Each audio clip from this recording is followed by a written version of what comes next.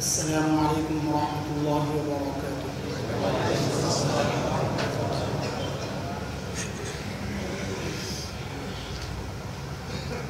الحمد لله نحمده ونستعينه ونستغفره ونؤمن به ونتوكل عليه ونعوذ بالله من شرور أنفسنا ومن سيئات أعمالنا. من يهده الله فلا مضل له ومن يضلله فلا هادي له. وأشهد أن لا إله إلا الله وحده لا شريك له. وأشهد أن سيدنا وسندنا وحبيبنا ومولانا محمدا عبده ورسوله. اللهم صل على محمد وعلى آل محمد كما صليت على إبراهيم وعلى آل إبراهيم إنك حميد مجيد. اللهم بارك على محمد وعلى آل محمد كما باركت على إبراهيم وعلى آل إبراهيم إنك حميد مجيد. أما بعد فأعوذ بالله من الشيطان الرجيم. بسم الله الرحمن الرحيم. واصبر نفسك مع الذين يدعون ربهم بالغداة والعشي يريدون وجهه ولا تعد عيناك عنهم تريد زينة الحياة الدنيا ولا تطع من أغفلنا قلبه عن ذكرنا واتبع هواه وكان أمره فرطا. آمنت بالله صدق الله العلي العظيم. محترم حاضرين، হযরত রাসূল করিম সাল্লাল্লাহু আলাইহি ওয়াসাল্লাম এর প্রশংসা যখন আল্লাহ তাআলা শুরু করেন, এত ভালোবাসতেন আল্লাহ তাআলা, এত ভালোবাসেন তার প্রিয় হাবিবকে, যখন প্রশংসা শুরু করেন কোরআনে কারীমে যে সমস্ত জায়গায় এসেছে রাসূলের প্রশংসা শব্দগুলো, তো একাধারে অনেকগুলো শব্দ আল্লাহ তাআলা বলছেনই বলছেন, যেন শেষ হয় না। ইয়া আইয়ুহান নাবিয়্যু ইন্না আরসালনাকা শাহিদা ওয়া মুবাশশিরা ওয়া নাযীরা, সূরা আযাবের মধ্যে আল্লাহ তাআলা বলতেছেন, ইয়া আইয়ুহান নবী ইন্না আরসালনাকা, আমি আপনাকে প্রেরণ করেছি শাহিদা ওয়া মুবাশশিরা ওয়া নাযীরা وداعيا إلى الله بإذنه وسراجا منيرا. দাঈ, সিরাজ, মুনির, সুন্দর সুন্দর কথা।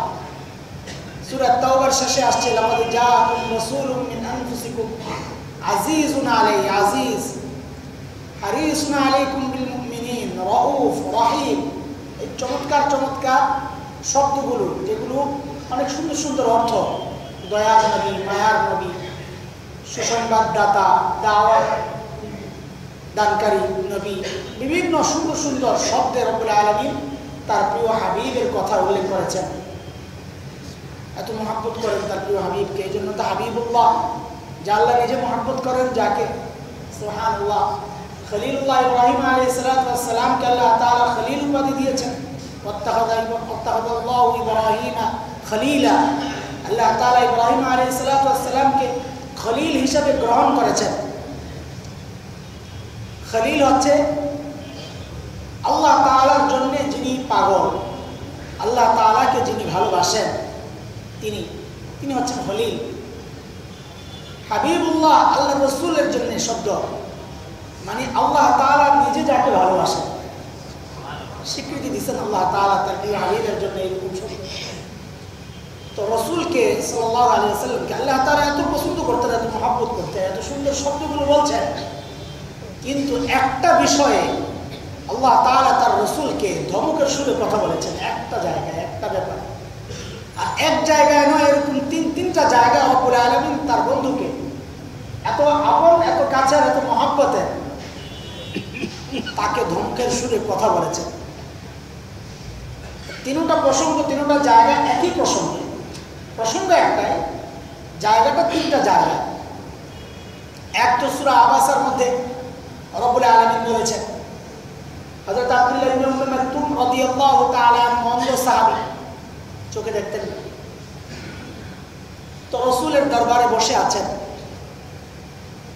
মুশরিকরা রাসূলের দরবারে অনেকে এই অহংকারে আসতো না যে রাসূলের দরবারে গরিব, ভিক্ষুক, অন্ধ, আতুর, লুলা সব বসে থাকে, যত অসহায়দের জায়গা রাসূলের দরবার, এখানে যাওয়া যাবে।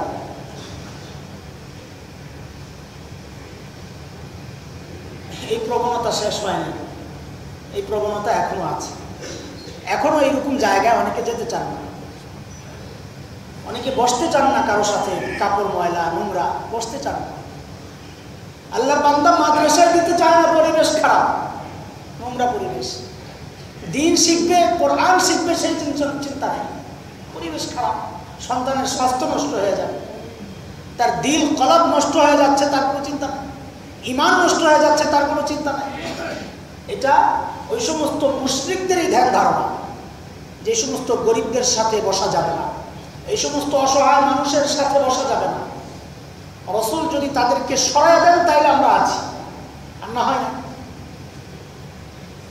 হযরত আব্দুল্লাহ ইবনে উম্মে মাকতুম রাদিয়াল্লাহু তাআলা আনহুর দরবারে বসা, কাফেরদের, মুশরিকদের বড় বড় কিছু লিডার আসছে রাসূলের সাথে দেখা করতে, কথা বলতে। তাদের ভঙ্গিমা, ভাব ভঙ্গিমা এমনই ছিল যে আব্দুল্লাহ ইবনে উম্মে মাকতুম অন্ধ সাহাবী, তিনি চলে যান, এই মজলিস থেকে চলে যান। এটা ধনীদের মজলিস, বড়দের মজলিস, এখান থেকে আব্দুল্লাহ ইবনে উম্মে মাকতুম চলে গেলেই ভালো। তো তাদের ভঙ্গিমা দেখে রাসূলও বুঝছেন। আব্দুল্লাহ ইবনে উম্মে মাকতুম রাদিয়াল্লাহু তাআলা আনহু কিছু জিজ্ঞেস করতেছিলেন, কিছু জিজ্ঞেস করতেছিলেন। রাসূল সাল্লাল্লাহু আলাইহি ওয়াসাল্লাম একটু বিরক্তি প্রকাশ করতেছিলেন, কপাল গুছায় গেছে, মুখ ফিরায় নিয়েছেন, চাচ্ছিলেন রাসূল একটু চলে গেলে তারা একটু কথা বলতো, এই আশায় যে তারা মুসলমান হয়ে যাবে, অন্য কিছু নয়। আব্দুল্লাহ ইবনে উম্মে মাকতুমকে রাসূল ঘৃণার নজরে দেখছেন, ছোট দেখছেন, এই জন্য নয়, শুধু এই জন্যে যে এই লোকগুলো যদি এই ওসিলায় মুসলমান হয়ে যায়, পরে তাদের কাছে এই সমস্ত মানুষগুলোই প্রিয় হয়ে যায়, বুকে জড়াইয়া দিবে। এটা ইসলামের সৌন্দর্য। গত সপ্তাহে ওই হাফসি গুলামের কথা বলেছি, খাইবারের যুদ্ধে যে রাসূলের সাথে তার ইহুদি মালিকের বউকে সহ দেখা করেছিলেন, রাসূল কি বলেছিলেন যে কালিমা পড়ো তাহলে তোমাকে আমরা বুকে জড়াই দেব। এটা ইসলামের সৌন্দর্য। কালিমা এটাই বাধা, অন্য কোনো বাধা নয়। ধনী গরিব শ্রেণী বিন্যাস কিচ্ছু নাই, এক কাতার সব। প্রেসিডেন্ট হোক তিনিও দাঁড়াবেন যেখানে, তার পাশের মানুষটাই ভিক্ষুক হতে পারে, কোনো বাধা নাই। যিনি আগে আসবেন তিনি সামনে দাঁড়াবেন, যিনি আগে আসবেন তিনি সামনে দাঁড়াবেন। আমি বড়, আমি ধনী, আমার একটা ব্যাপার আছে, একটা জায়নামাজ বিছায় রাখতে হবে, একটা চেয়ার পাতা রাখতে হবে, এগুলো মুসলিমদের কাজ না, এগুলো মসজিদের সৌন্দর্য না। এই অহংকার শেষ করতে না পারলে কেন মসজিদে আসে? আমি তো অহংকারকে শেষ করেই মসজিদে আসছি, যে আমার কপাল, আমার চেহারা সর্বোচ্চ সম্মানের জিনিসটাকে আমি নত করে দিচ্ছি আল্লাহর সামনে। নিজেকে আল্লাহর হাতে সঁপে দিয়েই তো মসজিদে আসছে, কিন্তু এখানে এসেও সেই ভাবটা রয়ে যদি যায় তো কি লাভ, কি ফায়দা? এটা হযরত আব্দুল্লাহ ইবনে উম্মে মাকতুম রাদিয়াল্লাহু তাআলা আনহু স্বাভাবিকভাবেই তো কষ্ট পাওয়ার কথা, যে আজকে আমি অন্ধ বলে, আজকে আমি অসহায় বলে, গরিব বলে রাসূল সাল্লাল্লাহু আলাইহি সাল্লাম আমার কথাটা শুনছেন না। তাদের দিকে রাসূলের দৃষ্টি, আল্লাহ তাআলা আয়াত নাযিল করেছেন, আবাসা ওয়া তাওয়াল্লা আন জাআহুল আ'মা ওয়া মা ইউদরিকা লাআল্লাহু ইয়াযাক্কা আও ইয়াযাক্কারু ফাতানফা'হু যিকরা। অনেকগুলো আয়াত আল্লাহ তাআলা নাযিল দেখেন কাউকে যখন ভালোবাসে তখন সরাসরি কথা বলে, আপনি এই কাজটা কেন করছেন, তুমি এই কাজটা কেন করছেন। আর যখন কারোর সাথে বিরক্তি থাকে আমরা ক্লাসে এমন করি, যদি কোনো স্টুডেন্ট কাছের হয়, ভালো ছাত্র হয়, সরাসরি বলি তুই এটা ভুল করেছ। আর অনেকের সাথে রাগ করে থাকে, ওই রাগ প্রকাশ করি অন্যভাবে, তার দিকে না তাকায়, তাকে সম্বোধন না করে। যে ক্লাসে এমন অনেক অহেতুক ছাত্র আছে যেগুলো এই অপরাধ করে, তার দিকে তাকানো হয় না, সে বুঝে নেয় এটা তার জন্য অনেক কষ্টের। যে হুজুর আমার দিকে তাকাইলেন না, আমাকে সরাসরি কথা বললেন না, আকার ইঙ্গিতে বলতেছেন অন্যদিকে, সে সে সে করতেছে।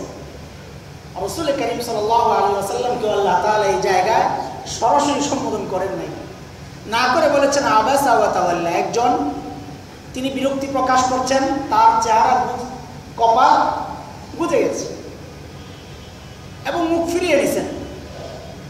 কেন? আনজাউল আ'মা, যে তার কাছে একজন অন্ধ আসছে। ওমা ইউদরিকা লাআল্লাহু ইয়াযাক্কা, কি জানিস হতে পারে এই অন্ধেরই ফায়দা হবে, উপকৃত হবে, আত্মা পরিশুদ্ধ হবে এখানে থাকলে। আও ইয়াযাক্কা ফাতানফাউহু যিকরা, অথবা আপনার উপদেশ সেই গ্রহণ করবে, উপকার তারই হবে। যাদের জন্য আপনি তার সাথে এরকম আচরণ করতেছেন এটা নাও হতে পারে, কিন্তু তারটা তো নিশ্চিত, তার উপকার হবে এটা তো নিশ্চিত। এই নিশ্চিত বিষয়টাকে অ্যাভয়েড করে আপনি আরেকজনের দিকে মন দিয়ে রাখছেন, চেহারা ফিরে রাখছেন, রাসূল কাজটা ঠিক হচ্ছে না, আয়াত নাযিল হয়ে গেছে সরাসরি।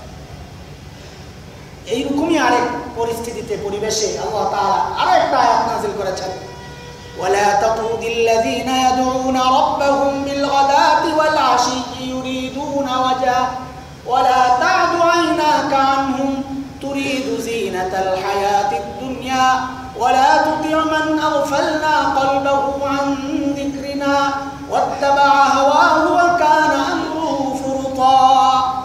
আয়াত নাযিল হয়ে গেছে, ইয়া রাসূল লা তাতরুদিল্লাযীনা ইয়াদউনা রাব্বাহুম, খবরদার তাদেরকে আপনি তাড়াইয়া দিবেন না, লা তাতরুদিল্লাযীনা, তাদেরকে তাড়াইয়া দিবেন না যারা ইয়াদউনা রাব্বাহুম, যারা তার রবকে ডাকে, তাদের রবকে ডাকে, বিল গাদাতি ওয়াল আশি, সকাল বিকাল সব সময়। উদ্দেশ্য একটাই, ইউরিদুনা ওয়াজহা, তাদের মাকসাদ উদ্দেশ্য একটাই, লক্ষ্য একটাই, তারা আল্লাহকে সন্তুষ্ট করতে চায়। ওয়ালা তা'দু আইনাকা আনহুম, তাদের থেকে আপনি আপনার মুখকে, চেহারাকে, চোখকে, দৃষ্টিকে আকর্ষণ ছড়াইয়া নেন। উদ্দেশ্য কি আপনার? তুরিদু যিনাতাল হায়াতিদ দুনিয়া, ওই দুনিয়ার সৌন্দর্য, এটা আপনার মাকসাদ। ওই ধনীরা মুসলমান হয়ে যাবে, আপনার দলভুক্ত হয়ে যাবে, এটা মাকসাদ না। না, রাসূল এটা করেন না। ওয়ালা তুতি', আপনি তাদের অনুসরণ করেন না, মান আগফালনা কলবাহু আন যিকরিনা, যাদেরকে আমি আমার স্মরণ থেকে বঞ্চিত রেখেছি, তাদের অনুসরণ দরকার নাই। ওয়াত্তাবা'a হাওয়াহু, এবং যারা নিজেদের খায়েশ, নিজেদের ইচ্ছা, নিজেদের মন তার অনুসরণ করে, আল্লাহর হুকুম মানে না, তাদের খেয়াল করার দরকার নাই। আপনি খেয়াল করেন তাদের ইউরিদুনা ওয়াজহা, যারা সকাল বিকাল আল্লাহকে স্মরণ করে, আল্লাহকে সন্তুষ্ট করার ফিকিরে থাকে। আয়াত নাযিল হয়ে গেছে ধমকের সুরে, এই এক জায়গায় সূরা দুহার মধ্যে রব্বুল আলামিন রাসূল করিম সাল্লাল্লাহু আলাইহি ওয়াসাল্লাম সম্পর্কে অনেকগুলো কথা বলেছেন। আপনি ইতিম ছিলেন, ভুলে যেন না। আল্লাহ তাআলার রহমতের কথা ভুলে যেন না। আপনি নিজে ইতিম ছিলেন, অসহায় ছিলেন, ধারে ধারে ঘুরেছেন, আপনি ভুলে যান কেন? আজকে এই ইতিমদের কথা কেন ভুলে যান? এই গরিবের কথা কেন ভুলে যান? আপনিও তো একদিন ইতিম ছিলেন। ওয়া আম্মাস সাইলা ফালা তানহা, কাজেই তাদেরকে ভুলে যেন না। হে রাসূল, সাইল যদি আসে আপনার কাছে, কেউ যদি হাত পাতে, ওই দরিদ্র মানুষগুলাকে আপনি লা তানহার, ধমক দিয়েন না। খবরদার, খুব কঠিন শব্দ, লা তানহার, ধমক দিয়েন না।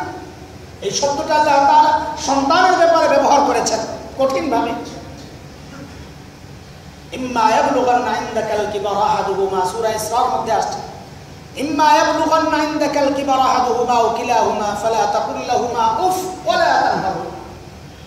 বাবা মা উভয়ে বা যে কোনো একজন যদি বার্ধক্যে পৌঁছে, তাহলে তাদের সামনে বিরক্তি প্রকাশ করা যাবে না, কর্কশ ভাষা এবং ধমকের সুরে কথা বলা যাবে না। সন্তানকে কঠোরভাবে বলেছেন। ঠিক একই শব্দ আল্লাহ তাআলা তার প্রিয় হাবিবের জন্য বলছেন, ওয়া আম্মাস সাইলা ফালা তানহার ওয়া আম্মা বিনি'মাতি রাব্বিকা ফাহাদ্দিস। আল্লাহ তাআলা আপনাকে নিয়ামত দিয়েছেন, সেই নিয়ামত আপনি প্রকাশ করেন। সম্পদের নিয়ামত দিলে সে সম্পদ বিলান, ইলমের নিয়ামত দিলে সে ইলম মানুষকে শিখান, পৌঁছান মানুষের পর্যন্ত। আল্লাহ যে কোনো নিয়ামত আপনাকে দিয়েছেন সমস্ত নিয়ামত আপনি প্রকাশ করেন, দেখান। প্রকাশ করেন মানে অন্যকে দেন। ভুলে যান কেন? আপনার ওই গরিবী হালত ভুলে যান কেন? আপনার সেই অসহায়তার মুহূর্তগুলো ভুলে যান কেন? এটা তো আল্লাহ তাআলা তার রাসূলকে বলেছেন। এটা আমাদের জন্য অনেক কঠিন কথা। এই জন্য কঠিন কথা যে আল্লাহ তাআলা তার প্রিয় হাবিবকে পর্যন্ত এই ব্যাপারে ছাড় দেন না, তাহলে আমাদের মতো সাধারণ মানুষের অবস্থাটা কি দাঁড়াবে? এই জন্য রব্বুল আলামিন উম্মতের উদ্দেশ্যে না বলে, বান্দাদের উদ্দেশ্যে না বলে তার প্রিয় হাবিবকে বলেছেন যে আমার কাছের মানুষ, আমার আপন, সবচেয়ে আপন, সবচেয়ে মহব্বতের মানুষ মুহাম্মদুর রাসূলুল্লাহকে সাল্লাল্লাহু আলাইহি সাল্লামকে এই বিষয়ে আমি কোনো রকমের ছাড় দেই না। ও আমার অন্য বান্দারা, তোমরাও শুনে রাখো, আমি তোমাদেরকেও ছাড় দেব, ছাড় দেব। খবরদার ও ভাই, অসহায় মানুষকে দূরে তাড়িয়ে দেওয়া এটা মুসলমানের কাজ হতে পারে না। আজকে অনেকেই জিহাদের এক বড় ইবাদত, এর মধ্যে আগ্রহ প্রকাশ করেন, আগ্রহী অনেকে জড়িত আছেন বিভিন্ন সংগঠনের সাথে, বিভিন্ন জায়গায় জিহাদ করছেন। হযরত রাসূল করিম সাল্লাল্লাহু আলাইহি ওয়াসাল্লাম বলেছেন, আস-সাঈ আলাল আরবিলা কাল মুজাহিদ ফি সাবিলিল্লাহ। সুবহানাল্লাহ। মুসনাদ আহমদের মধ্যে হাদিস আসছে, আল্লাহ রাসূল বলেন ওই জিহাদের ময়দানে যে মুজাহিদ জিহাদ করতেছে, কত বড় ইবাদত, কত বড় ইবাদত। জিহাদ এক পবিত্র ইবাদত, যদিও সেটা নানান কারণে বিতর্কিত হয়ে গেছে আমাদের কারণে। আমরা সেটাকে সন্ত্রাস হিসেবে মানুষের সামনে পেশ করেছি, আমরা সেটা সমাজের জন্য আতঙ্কের কারণ হিসাবে পেশ করেছি। অথচ সমাজ থেকে আতঙ্ক দূর করার জন্যই জিহাদ, সমাজ থেকে জুলুমকে, অত্যাচার, নিপীড়নকে দূর করার জন্যই জিহাদ। অথচ সেটা এখন অত্যাচারের একটা মাধ্যম হয়ে দাঁড়াইছে আমাদের সামনে। তো মানুষ আমাদেরকে সন্ত্রাসী বলবে না তো বলবে কি? মুজাহিদকে জঙ্গি বলবে না তো বলবেটা কি? তুমি তো মানুষের সামনে জিহাদের যে রূপরেখা প্রকাশ করেছ সেটা এমনই ভাই। আল্লাহ তাআলা সহিহ বুঝ দিন। তো জিহাদ এক পবিত্র ইবাদত, যার সম্পর্কে রাসূল বলেছেন সাল্লাল্লাহু আলাইহি ওয়াসাল্লাম যে হায়, আমার যদি ওই জিহাদের ময়দানে আমি যদি শাহাদাত বরণ করতাম, হ্যাঁ, আবার যদি আমার আল্লাহ তাআলা জীবন দিতেন, তাহলে আমি আবার চাইতাম আমি আবার জিহাদে যাই, লা আরজুআন্না সুম্মা উক্তাল, আমাকে আবার কতল করা হোক, আবার শহীদ হই, আবার জীবন আসুক, আমি আবারও চাইতাম আমি আবার শাহাদাত বরণ করব। রাসূলের আকাঙ্ক্ষা এটা। রাসূল জানেন যেটা কত মর্যাদার আমল, কত দামি আমল, এটা রাসূল জানেন। এমন এক দামি আমল, এর সাথে রাসূল তুলনা করেছেন যে ব্যক্তি একজন অসহায় বিধবা ইয়েতিম, তার দায়িত্বশীল হয়ে যাবেন, সাই, তার ভরণ পোষণ, তার সব কিছুর দায়িত্ব নিয়ে নেবেন, তার ব্যাপারে ফিকির করবেন, নিজের রহমতের হাত, দয়ার হাত তার দিকে বাড়িয়ে দেবেন। আল্লাহ রাসূল বলেন সে যেন আল্লাহর রাস্তায় জিহাদকারী ওই মুজাহিদের মতোই। সুবহানাল্লাহ। এত দামি, এত দামি আমল এটা, একজন অসহায় মানুষের পাশে দাঁড়ানো, একজন অসহায় মানুষের দায়িত্ব নিয়ে নেওয়া। আমরা এই কথা আমি আরও বলেছি, আগেও বলেছি, গতকালে প্রোগ্রাম ছিল লালবাগ মাহফিল, সেখানেও বলেছি, যারা শুনেছেন। হযরত বশীর রাদিয়াল্লাহু তাআলা আনহুর একটা ছোট্ট ঘটনাটা আমাদেরকে অনেক কিছু শিক্ষা দেয়। এই জন্য এটা বারবার বলি যে আজকে আমাদের একটা প্রবণতা হচ্ছে যে আমরা ইয়েতিমদের জন্য হাত বাড়াই, যাকাত থেকে কিছু অংশ দিয়ে দিই, কিছু টাকা দিয়ে দিই, কাপড় চোপড় দিয়ে দিই, পুরনো কাপড়গুলো দিয়ে দিই, ভালো কথা। কিন্তু রাসূল করিম সাল্লাল্লাহু আলাইহি ওয়াসাল্লামের তরিকা কি ছিল? ইয়েতিমদের সাথে তার ভূমিকা কি ছিল? হযরত বশীর রাদিয়াল্লাহু তাআলা, ছোট্ট সাহাবী, 6 বছরের বশীর, মা ইন্তেকাল করেছেন, মা নাই, বাচ্চা, বাবার জন্যে এই বাচ্চা কত কষ্টের। যার সন্তান আছে তিনি একটু চিন্তা করলে বুঝবেন, কল্পনা করেন যে বাচ্চাটার মা ইন্তেকাল করেছে, এখন বাচ্চা, তার বাবাই হচ্ছে তার সব কিছু, তার মা, তার বাবা, সব বাবা। এই বাবাই বাচ্চাকে ফেলে কোথাও যেতে পারে, সারাক্ষণ বশীরকে, হযরত বশীরের বাবা সারাক্ষণ নিজের সাথে সাথেই রাখেন। কিন্তু তারা তো সাহাবী, দুনিয়ার সব কিছু একদিকে, রাসূল যখন ডাক দিবেন তা একদিকে, কারণ তারা রাসূলের এই হাদিসকে বিশ্বাস করেছেন, লা ইউমিনু আহাদুকুম হাত্তা আকুনা আহাব্বা ইলাইহি মিন ওয়ালিদিহি ওয়া ওয়ালাদিহি ওয়ান নাসি আজমাইন। তুমি প্রকৃত মুমিন ততক্ষণ পর্যন্ত হতে পারো না যতক্ষণ না পর্যন্ত আমি নবী মুহাম্মদুর রাসূলুল্লাহ সাল্লাল্লাহু আলাইহি ওয়াসাল্লাম তোমার সন্তান, তোমার বাবা মা, তোমার আপনজনের চেয়ে বেশি প্রিয় ব্যক্তি না, ততক্ষণ পর্যন্ত তুমি পাক্কা মুমিন না। ও ভাই, এক মহব্বত হচ্ছে অন্তরের মহব্বত, আরেক মহব্বত হচ্ছে বিবেকের মহব্বত। এখানে বিবেকের মহব্বতের কথা বলা, অন্তরের মহব্বত তো সন্তানের জন্য বেশি লাগতে পারে, বাবা মার জন্য বেশি লাগতে পারে, কিন্তু বিবেকের মহব্বত ভিন্ন জিনিস। সন্তান এবং আপনজন যদি আমার দ্বীনের জন্য বাধা হয়ে দাঁড়ায়, সেখানেই হচ্ছে বিবেকের মহব্বত। আমি যদি মুমিন হই তাহলে আমি দ্বীনকে প্রাধান্য দিব, সন্তান তার জন্য মায়া মহব্বত লাগলেও আমি তার আকাঙ্ক্ষা আমি এটা পুরা করবো না, আমি শরীয়তকে সামনে রাখবো। এটা হচ্ছে রাসূলের হাদিসের উদ্দেশ্য। হযরত বশীরের বাবা রাদিয়াল্লাহু তাআলা আনহু রাসূল জিহাদের ডাক দিয়েছেন, জিহাদে যেতে হবে। সাহাবায়ে কেরাম এটাকে এত পবিত্র ইবাদত মনে করতেন। ওই ছোট্ট বশীর পিছু টান সন্তানের পিছু টান। কেমন সন্তান যার মা নাই? এখন জিহাদের ময়দানে যদি বশীরের বাবার কিছু হয়ে যায়, সন্তানটার কি হবে? এই ফিকির তো তার বাবার ছিল, ওই মহব্বত তার ছিল, আছে। তারপরেও রসুল ডাক দিয়েছেন। সাহাবীর কাছে ওইটাই সর্বশ্রেষ্ঠ। ওই ডাক আসলে দুনিয়ার কোনো মায়া, কোনো মোহ, কোনো মহব্বত তাদেরকে আটকাতে পারতো না। এইরকম হাজার উদাহরণ আমাদের সামনে আছে। সাহাবায়ে কেরাম সব ছেড়ে গেছেন, চলে গেছেন। হযরত জাফর রাদিয়াল্লাহু তাআলা মসজিদে নববী থেকে শুনেছেন যে জাফর শহীদ হবেন যুদ্ধে, মুতার যুদ্ধে। শুনেছেন এটা, কারণ রাসূল একজন করে বলতেছিলেন, আব্দুল্লাহ ইবনে রাওয়াহা, জাফর তারা যখন শহীদ হয়ে যাবে, খালিদ ইবনে ওয়ালিদ ঝান্ডা ধরবেন। রাসূল যখন বলছিলেন এই কথা যে তারা তারপর ঝান্ডা সে নিবে, তারপর ঝান্ডা সে নিবে, তো বিষয় তো ক্লিয়ার।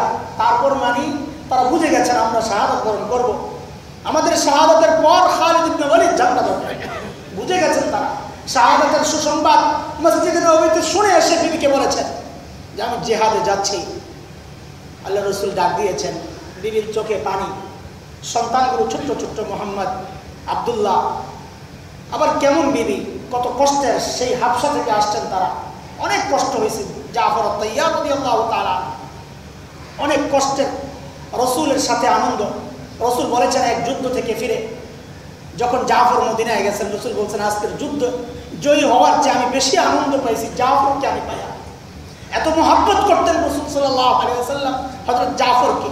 রসুলের এই স্নেহ, এই মায়া, এই মহব্বত, এই রসুলের সাথে থাকা, এই গৌরব, এই সব কিছু জানেন জাফর শেষ হয়ে যাবে, জিহাদে গেলে শেষ হয়ে যাবে। কারণ রসুল থেকে তিনি সুসংবাদ শুনেছেন। তারপর ঝান্ডা কে নিবে বুঝে গেছেন। সন্তান রিওয়ায়েতে আসছে, বাচ্চাগুলো জাফর রাদিয়াল্লাহু তাআলা আনহুর পেছন থেকে তার জামা ধরে আছেন, বাবা কোথায় কোথায়? জাফর পিছনের দিকেও তাকান নাই।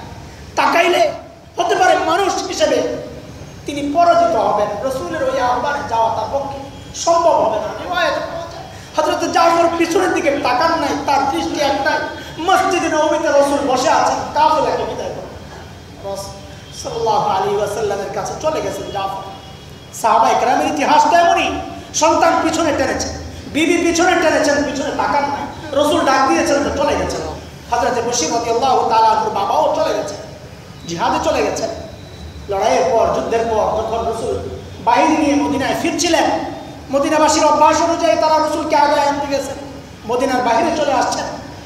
হযরত বশীর রাদিয়াল্লাহু তাআলা আনহু ছোট্ট, তিনিও গেছেন রসুলকে আগে আনতে, বাবাকে আগে আনতে। বাবা আসতেছে আগে। এখন তো সফর খুব সহজ হয়ে গেছে। আগে সফর থেকে আসলে তো আপনজনরা আগে আনতে যেতেন। আমাদের তো মনে আছে আব্বা যখন প্রথম হজ করছেন 70-এর দশকের পরে, 80-র দশকে, আমরা ছোট্ট, আল্লাহু আকবার, অনেক দূর থেকে আব্বাকে আগায় নেওয়ার জন্য গ্রামবাসী সব জায়গায় হাজির হয়েছেন বাড়িতে, যেখানে বাস থাকে, বাস স্টপ। এখন তো হাজির সাহেব কবে আসে কবে যায় আপনজনরাও জানে না, এত ইজি হয়ে গেছে, সহজ হয়ে গেছে।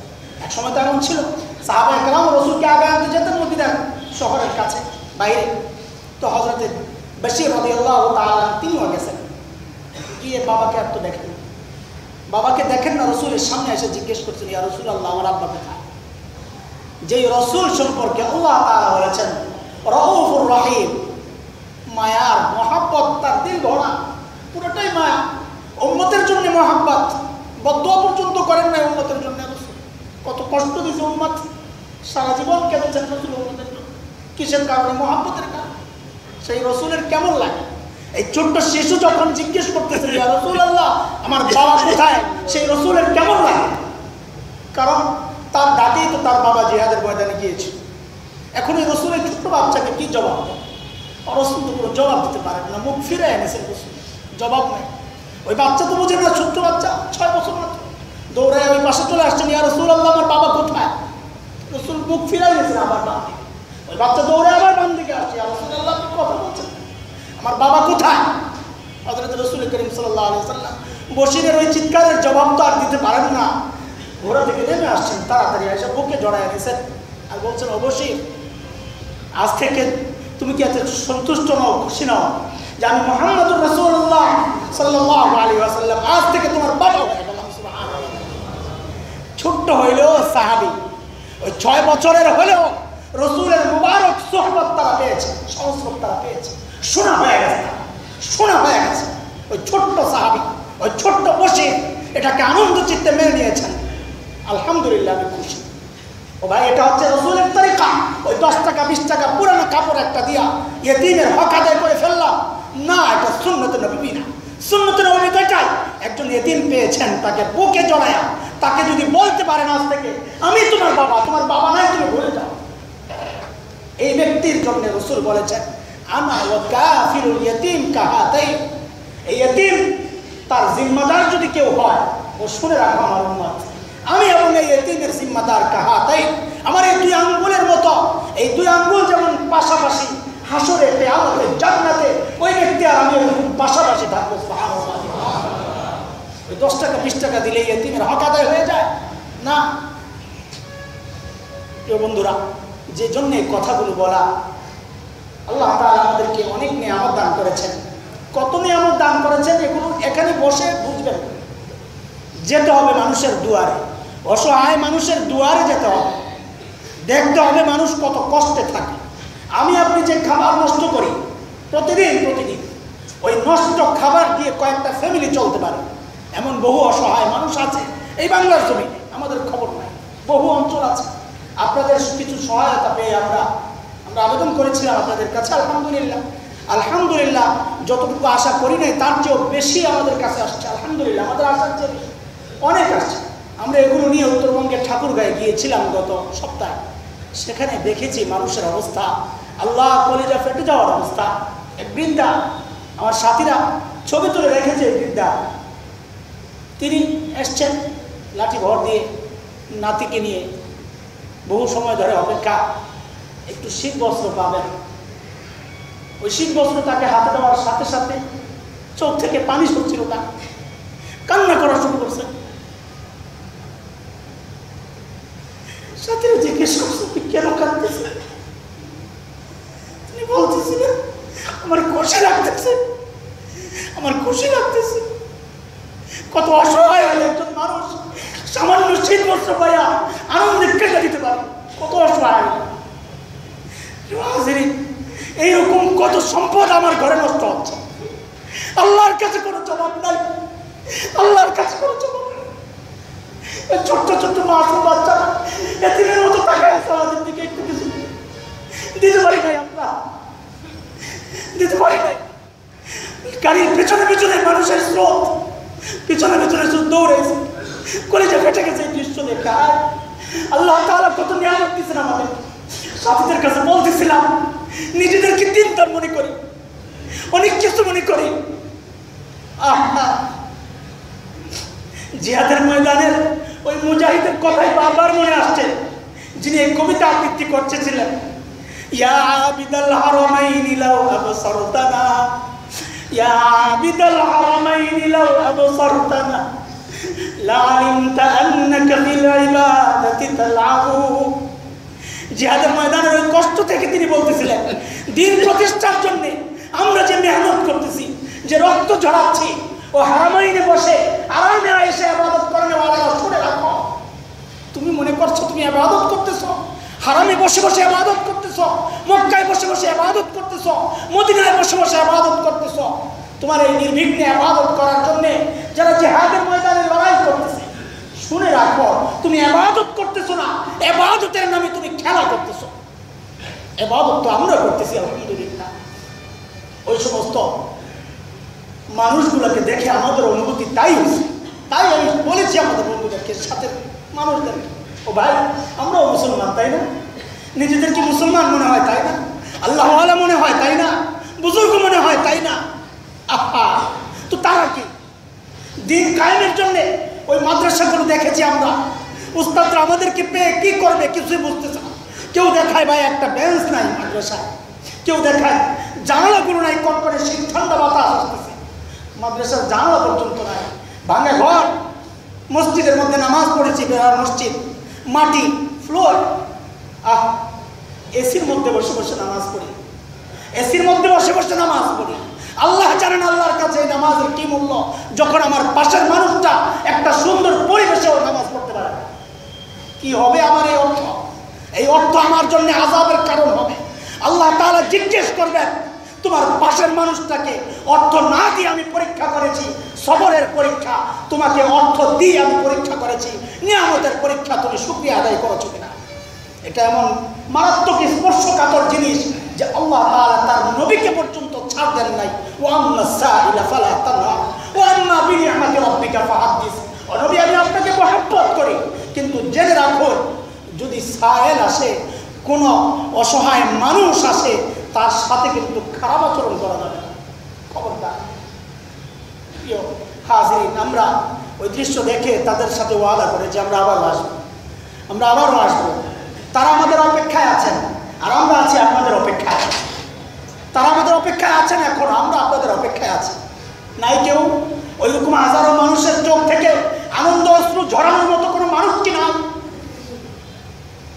নিজের এক বেলার খাবারের পয়সাটাও কি আমরা দিতে পারি না তার জন্য? কি হবে? একদিন না খেলে কি হবে? একদিন না খেয়ে থাকবো না। আর আমি আয়েসে নিজের সন্তানদেরকে নিয়ে যা নষ্ট করি, সেই নষ্ট করা অংশটাও যদি রেখে দেই বাঁচিয়ে, একজন মানুষের বেঁচে থাকার একটা অবলম্বন সেটা হতে পারে। আল্লাহ তাআলা আপনাদেরকে সে তৌফিক এনায়েত করেন। রাসূল সাল্লাল্লাহু আলাইহি ওয়াসাল্লাম এই গরিবদের সাথে থাকার জন্য সবসময় আল্লাহর কাছে দোয়া করেছেন, আল্লাহুম্মা আহিনি মিসকিনা ওয়া আমিতনি মিসকিনা ওয়াহশুরনি ফি যামরাতিল মাসাকিন। ইয়া আল্লাহ, আমাকে মিসকিন অবস্থায় রাখেন।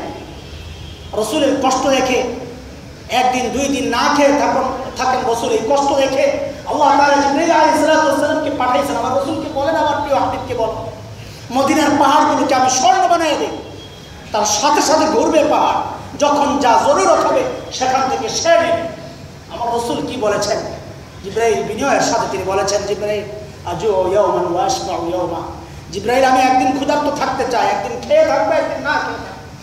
যেদিন খাবো সেদিন শুকরিয়া আদায় করবো, যেদিন খেতে পারবো না সেদিন সবর করবো।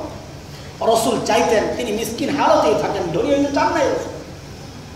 এবং দোয়া করেছেন, ওয়া আমিতনি মিসকিন, আল্লাহ আমাকে মিসকিন অবস্থা আপনি মৃত্যু দিয়েন। মিসকিন আর মুহতাজ এক জিনিস না, কারো কাছে হাত পাতা আর গরিবী হালতে থাকা এটা এক জিনিস না। রাসূল বলেছেন, আলা উখবিরুকুম বিআহলিল জান্নাহ কুল্লু দাঈফিন মুতাদাআফ লাউ আকসামা আলা আল্লাহি লা আবাররা। তোমাদেরকে কি আমি জান্নাতীদের খবর দিব? কারা জান্নাতী? সাহাবায়ে বলেছেন, জানি ইয়া রাসূলুল্লাহ। রাসূল বলেছেন, কুল্লু দাঈফিন মুতাদাআফ, যে সব দুর্বল মানুষ এরা যদি ঈমান নিয়ে যেতে পারে জান্নাতে। আরেক শ্রেণীর মানুষ আছে দুর্বল না, সহায় সম্বল আছে, সচ্ছল, কিন্তু তিনি অহংকারের সাথে দুনিয়ায় বসবাস করেন না, বিনয়ের সাথে আছে কিন্তু দেখান না, বিনয়ের সাথে চলেন। এইরকম মানুষ তিনিও জান্নাতে যাবেন। রাসূল বলেছেন তার মূল্য আল্লাহর কাছে এমন, লাউ আকসামা আলাল্লাহি লা আবাররা, তিনি যদি কোনো জিনিসের অঙ্গীকার করেন তা করবেন, আল্লাহ তাআলা তাকে সেটা পুরো করার ব্যবস্থা করে দেন। আর ধনীদের ব্যাপারে, অহংকারীদের ব্যাপারে বলেছেন রাসূল, আলা উখবিরুকুম বিআহলিন নার কুল্লু উতুল্লিন জাওয়াজিন মুস্তাকবির, আও কামা ক্বালা আলাইহিস সালাতু ওয়াস সালাম, বুখারীর হাদিস। জাহান্নামী কারা? জাহান্নামী হচ্ছে যাদের মুখের মধ্যে বিকৃতি আসে, ভেঙচি মারে, মুখ বিকৃতি করে কথা বলে, অহংকার ভাব, ঘুরে ঘুরে কথা বলে। অনেক মানুষ আছে এমনভাবে কথা বলে যে তিনি কত বড় পণ্ডিত, কত বড় মানুষ, তাচ্ছিল্যের সাথে কথা বলে তারা। রাসূল বলেন, কুল্লু উতুল্লিন জাওয়াজ, এই অহংকারী নাক ছিটকায়, যারা নাক ছিটকায়, অহংকারী নাক ছিটকায়, এরাই জাহান্নামী, এরাই জাহান্নামী। রাসূল বলেছেন, ও ভাই, আমার সম্পদ যেন আমার জাহান্নামের কারণ না হয়, আমাকে আল্লাহ তাআলা সম্পদ দিয়েছেন, নিয়ামত দিয়েছেন, আলহামদুলিল্লাহ, এটা এমন কিছু নয়। আল্লাহ তাআলা দিতে পারেন, আল্লাহ তাআলা দিতে পারেন, আল্লাহ তাআলার ফজল। কাউকে নিয়ামত দিয়ে আল্লাহ তাআলা ধন্য করেন, এটা তার জন্য আযাব না, গজব না। আল্লাহ তাআলা সম্পদ দিলে এটা এমন মনে না করা যে এটা গজব। মদিনার মসজিদে নববীর গরিব সাহাবীরা আল্লাহ রাসূলের কাছে এসে জিজ্ঞেস করছেন, বলছেন, ইয়া রাসূলুল্লাহ, দুনিয়ার সম্পদও পাইলাম না, ইয়া রাসূলুল্লাহ, আমাদেরকে এমন কিছু শিখায় দেন যেন আখিরাতে আমরা কিছু পাই। রাসূল তাদেরকে তাসবিহ শিখাইছেন যে সব নামাজের পর তাসবিহ পড়বা, সুবহানাল্লাহ, আলহামদুলিল্লাহ, আল্লাহু আকবার, এটা পড়বা। তো ওই সাহাবীরা গোপনে গোপনে দূরে দূরে বসে বসে আল্লাহর তাসবিহ পড়ে বসে বসে। ধনী সাহাবীরা এই বিষয় লক্ষ্য করছে, আরে তারা গোপনে গোপনে কি পড়ে ভাই? সব গরিবরা বসে বসে চিপায় চিপায় বসে বসে কি পড়ে, কিছু পাইল না কি রাসূল থেকে? খবর নিয়ে গেছেন সাহাবায়ে কেরাম কি আমল করে, তাদের মধ্যে তো এই বিষয়ে সারাক্ষণ জানতো যে রাসূল কি বলে ফেলেন কি না শুনি। হযরত ওমর রাদিয়াল্লাহু তাআলা আনহুর বাড়ি একটু দূরে ছিল, দূরে থাকাতে প্রতিদিন মসজিদে নববীতে আসা সম্ভব না, প্রতি ওয়াক্তে আসা সম্ভব না। তিনি একজনের সাথে কন্ট্রাক্ট করছেন যে তুমি একবেলা যাবা, আমি একবেলা যাব।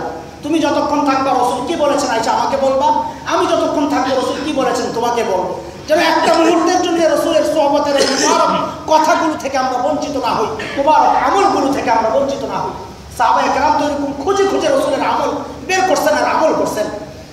তো ওই ধনী সাহাবীরা চিন্তা করতেছিলেন গরিবরা কি করে, খোঁজ নিতে নিতে দেখা গেছে তারা ওই আমলটা করে। এখন ধনীরাও শুরু করছে এই আমল। ওই গরিবরা যায় রাসূলের কাছে জিজ্ঞেস করতেছেন, বলতেছেন, ইয়া রাসূলুল্লাহ, একটু স্পেশাল কিছু পাইছিলাম, ওটাও তো গেল। এখন তো তারাও বলে। রাসূল বলছেন, যালিকা ফাদলুল্লাহি ইউতিহি মান ইয়াশা, সুবহানাল্লাহ, এটা আল্লাহর ফজল, এটা আমার করার কিছু নাই। আল্লাহ তাআলা কাউকে যদি সম্পদ দিয়াও ইবাদত গুজার বানায়া দেন, এটা আল্লাহর ফজল। সম্পদ হওয়া এটা আমার জন্য আযাব না, গজব না, বরং সম্পদ হওয়ার পর যদি আমি মুতাদাইফ হই, সম্পদের অহংকার বড়াই গর্ব না করি, না ছিটকাই, বরং নিজেকে দুর্বল মনে করি, আল্লাহর ইবাদতের মধ্যে মগ্ন থাকি, ওই সম্পদকে সহি রাস্তায় ব্যয় করি, তাহলে আল্লাহ তাআলার ফজল এটা, আল্লাহ তাআলার রহম এটা। রব্বুল আলামিন আমাকে দয়া করেছেন, দুনিয়াও দিয়েছেন, আখিরাতও দিয়েছেন, আলহামদুলিল্লাহ। ভুলে না যায়, রাসূলকে আল্লাহ বলেছেন আপনি ভুলে যেন না, আমরাও ভুলে না যাই যে একদিন আমার এই সম্পদ আমি যেটা দিয়ে যাব এটাই থাকবে, এটাই থাকবে, এটাই আমার সম্পদ, এটাই আমার আখিরাত, এটা বাড়তে থাকবে, বাড়তে থাকবে, বাড়তে থাকবে। হাদিসে আসছে হাসরের মাঠে যখন তার আমলনামার সামনে আসবে, দেখা যাবে তার ছোট্ট ছোট্ট দানগুলো বিশাল আকার হিসাবে তার সামনে আসছে। বলবি, আল্লাহ, আমি তো এত দান করি নাই, এই দান তো আমি করি নাই, আমি তো দিয়েছিলাম 1 টাকা, আমি তো দিয়েছিলাম 10 টাকা। আল্লাহ তাআলা বলবেন, এই তোমার ওই দান চক্র বৃদ্ধি হারে বাড়তে বাড়তে এটা আজকে এই পর্যায়ে আসছে, সুবহানাল্লাহ। এত মূল্যবান দান, এত মূল্যবান। আজকে অপমৃত্যুর জন্য আমরা ভয়ে আতঙ্কে অস্থির, নিরাপত্তা নিয়ে কত টেনশন আমাদের। আল্লাহর রহমতের জন্য দোয়া করি খালি বসে বসে, অথচ রাসূল বলেছেন, ইন্নাস সাদাকা তুতফিউল গাযাব ওয়া তাদফাউ মিতাতাস সূ, আও কামা ক্বাল আলাইহিস সালাতু ওয়াস সালাম। রাসূল বলেছেন, দান এমন এক পবিত্র ইবাদত যেটা আল্লাহ তাআলার অসন্তুষ্টিকে দূর করে দেয়, সুবহানাল্লাহ।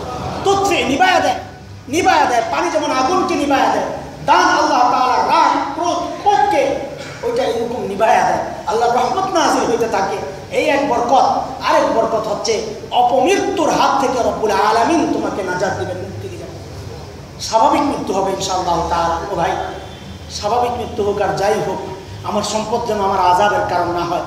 ওই মানুষগুলো যেন আল্লাহর কাছে আমার বিরুদ্ধে নালিশ না করে যে আল্লাহ, আমি অসহায় ছিলাম, আমি শীতে কষ্ট পেয়েছি, আমি খাবারে কষ্ট পেয়েছি, আমার সন্তানকে নিয়ে আমি কষ্ট পেয়েছি, আমার সন্তান মারা গেছে।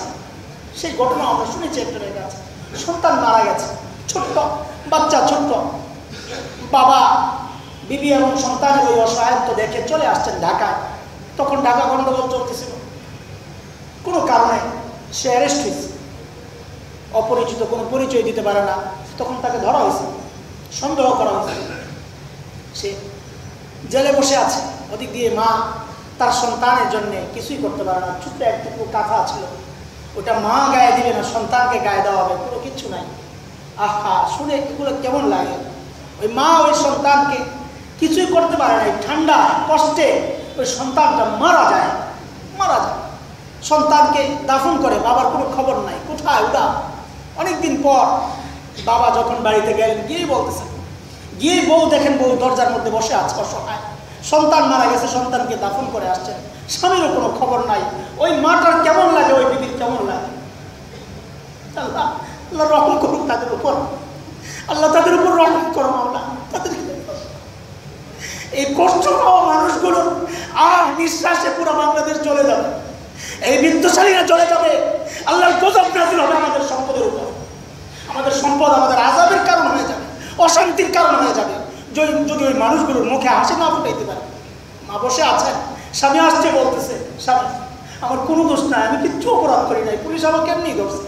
সে আগাগোড়া কিছুই জানে না, আমাদের বাবুটা কোথায়। বাবুর জন্যে বাবার মন কাঁদতেছিল, আরে আমার ওই বাবু, ছোট্ট বাবুটার কি অবস্থা। মা নিয়ে কবরের সামনে বসায় দিয়েছে, তোমার বাবু এখানে আছে।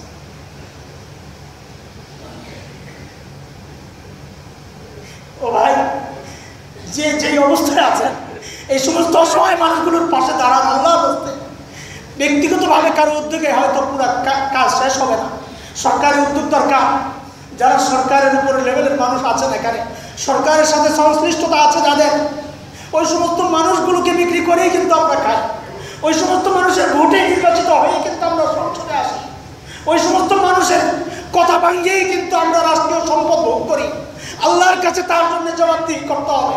তাদের ওই আপনার আরাম আয়েশ, এমনকি আখিরাতের আযাবের কারণ হবে, নিশ্চিত থাকেন। আল্লাহ তাআলা হেদায়েত নসিব করেন, তাদের পাশে গিয়ে একটু আল্লাহর রাস্তায় দাঁড়ান। আল্লাহ তাআলা আমাদের সবাইকে তৌফিক এনায়েত করেন, আমিন। ওয়া আখিরু দাওয়ানা আলহামদুলিল্লাহি রাব্বিল আলামিন। ওয়া সাল্লাল্লাহু আলা